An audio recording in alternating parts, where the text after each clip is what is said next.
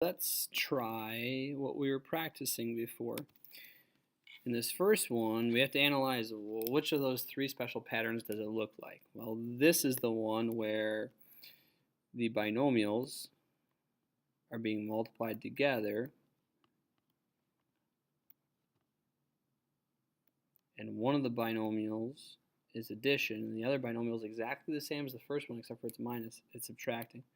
So then we're going to get this as an answer. Take the first term, square it, take the second term and square it, and put a subtraction sign in the middle. So we'll get 9p squared, that's squaring this term, and then let's square this term. 3 squared is 9. Put a subtraction sign in between. Let's try it over here. Square the first term, we get 36n squared. Square the second term. Ooh. Square the second term, we get 16. Put a subtraction sign in between. Let's do these. These look fun. So square the first term, we get 49. Square the second term, we get 9a squared. Yes, the minus sign goes here. The 9a squared is negative. Why is that? If we were to do the old school multiplication here and not use the shortcut, we would have a positive 3a times a negative 3a, which is a negative 9a squared. The 7 times 7 is positive as Mr. Pischke. Positive. Anyway, here, let's square the first term. We get 64n squared, and 4 squared is 16. Put a minus sign there. All right, those are fun. Try these 4. After you're done, come back.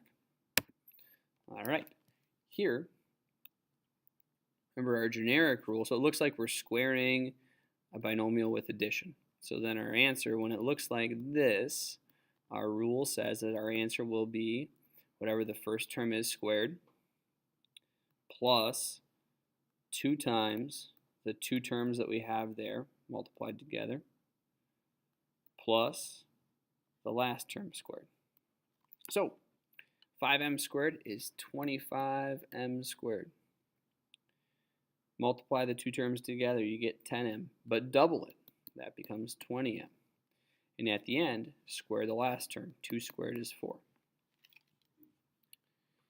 Here, square the first term, you get 16. Multiply the 2 together, you get 28, but double it.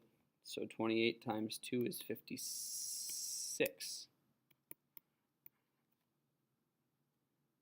X. I'm not sure if I said 4 times 7x is 28x.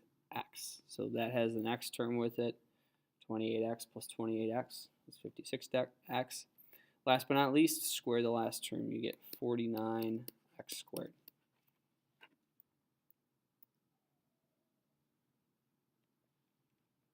Similarly, according to our rule, I'm going to put the shortened version up there. So there we go. Square the first term, 64n squared. Multiply them together and double that. Also multiplying them together, you get 32n. But when you double 32n, you get 64n. Last but not least, square the last term. You get 16. Let's do this one. Square the first term, you get 4. Multiply the 2 terms together, you get 6r. But double that, you get 12r.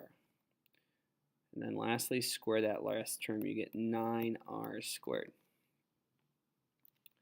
Now the one difference is, with our other shortcut if, right here we have a minus sign, then in our solution we'll have a minus sign right here. And we ignore the fact that this 3 is kind of like negative, or we ignore the fact that this 2 is negative. We just go with this template using 3 for B and using 2 for B in our rule. So here we square the first term, so we get x squared. Then we multiply the two terms together and double it. So 3 times x is 3x. But double it, that gives you 6x. And put a minus sign out in front. Come on in. Just a second, I'm making a video. Come on in. We'll be with you in a second.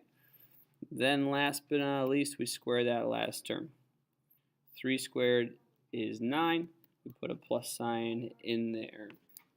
Here you should get a b squared, a minus 4b, because 2 times b is 2b, but then you double it, plus 4. Bing, bada, boom.